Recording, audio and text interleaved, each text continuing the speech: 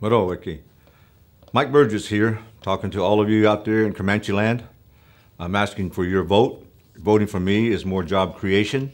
We can create a lot of jobs here, ladies and gentlemen, if we invest properly. We need to invest our economic development wing. A lot of the programs are being serviced, but they don't create jobs. So we have to find ways to create jobs. And currently, I haven't heard any of my opponents talking about creating jobs. They talked about reducing costs, adding more programs, and doing more social service work, which is needed, of course. However, what they haven't said is that in order to help a lot of people more often with our casino income, we have to create policies that supervise or manage casino income. I tried to do that in my last term as the chairman. My CBC was not for it, and some people just didn't understand what I was saying. Creating policies on how we're going to use casino income which do not follow federal guidelines, it means we can help people more often with a little bit more, or those things that the federal money does not allow us to help. So that's one way of creating more social services without increasing staff or having to increase a pool of money. Additionally, the past administration bought 40-some vehicles. Now, currently the CBC is saying that we should get rid of those and get the money back. Well, they're only going to be worth half the price that we paid for them. In my last term as chairman, we had the opportunity to invest in a motor pool, and that motor pool would have been owned by the tribe, and all programs would rent their vehicle from the tribe, thereby keeping money within the tribe and creating at a minimum 5 jobs. My CBC did not want to go for it. However, the company that we would have worked with was going to give us the franchise for the entire state of Oklahoma. Now, mind you, the entire state and 39 tribes. We would be competing with GSA rental vehicles, which is a better thing than renting from GSA and paying twice the cost of that rental because there's so many ifs, ands, or buts that GSA wants to put up on us. So that is a way we can increase jobs. We can increase income to the tribe by trying to spend $1 2 or 3 times within our tribal circle than $1 going out to the non-Indian world and being spent there. On the governmental side, ladies and gentlemen, I've talked about change. All of these chairman candidates are going to talk about change. The one change they're not going to mention too specifically is our Constitution. We are here today in the second election of this year because the Constitution needs to be changed. The past chairman signed off on a document that did not allow us to have an actual election this time, and they went by this for 3 years. So we have a problem here. You know, to continue with what has been done and follow with that, or to change things. So at this point in time, by legal means, we have to change things. And that Constitution is too restrictive. We should have tribal council on the first Saturday of April and the first vote by the third Saturday of May, and then the follow-up after that, the third Saturday of June. That gives us 2 whole weeks to add on to campaigns, mailing out absentee voter requests, and getting ballots back. Very simple. We don't need to have a CBC meeting in April to be prepared 2 weeks later for the tribal council. They can do that at a special called meeting, but if we have our tribal council first Saturday of April and the final vote by June 30th, ladies and gentlemen, we won't have this problem. There are a lot of simple fixes we can do to our Constitution. You just have to allow us to speak these up and explain them to you. You shouldn't let people speak for you and cut us off if we're going to make these adjustments that helps the local citizens here in Comanche County, the 5 surrounding counties, state of Oklahoma, and the 3 large areas of Albuquerque, New Mexico, Texas, here, Fort Worth, and Dallas, and all the voters up and down the California coast, ladies and gentlemen. We need to reach out to all of you. And I promise you, we're not going to spend $300,000 or $400,000 to do a constitutional convention. It'll start here at home, and it'll go by email. It'll go by Facebook, where you're all going to hear this and see this. So there's an immediate response that we can do without spending so many thousands of dollars on travel or needless meals everywhere. So ladies and gentlemen, there's things we need to get done for our government to bring it into this 22nd century.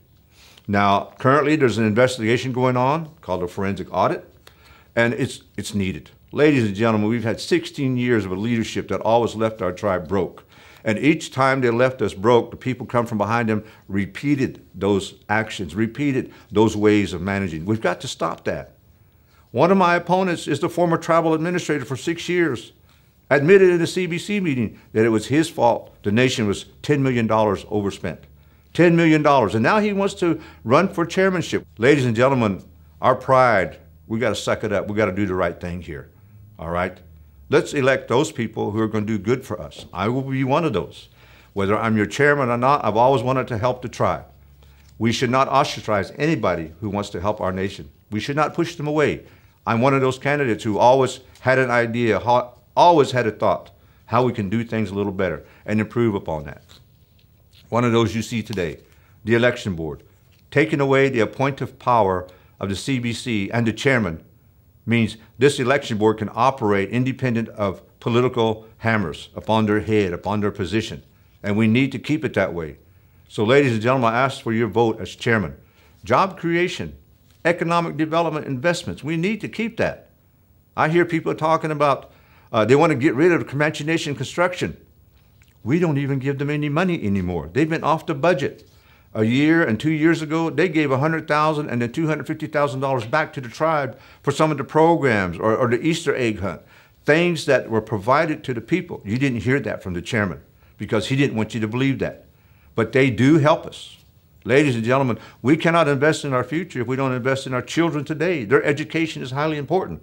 However, I attended OU. I graduated from Oklahoma State University. Not once could they tell me the history of the Comanche Nation. Not once could anybody tell me about the long journey our people took from Central America to be here today. Not once are they going to tell me that my line of chiefs, ancient chiefs, all the way back for 100 years, and who the families are that come out of those. That is our legacy, that is our history, that is our cultural knowledge and awareness, and that's how we're going to keep Comanche Nation alive, ladies and gentlemen, through our college, cultural education, and networking with all of these other institutions. Our students will get better education because the classes are smaller and they get paid attention to.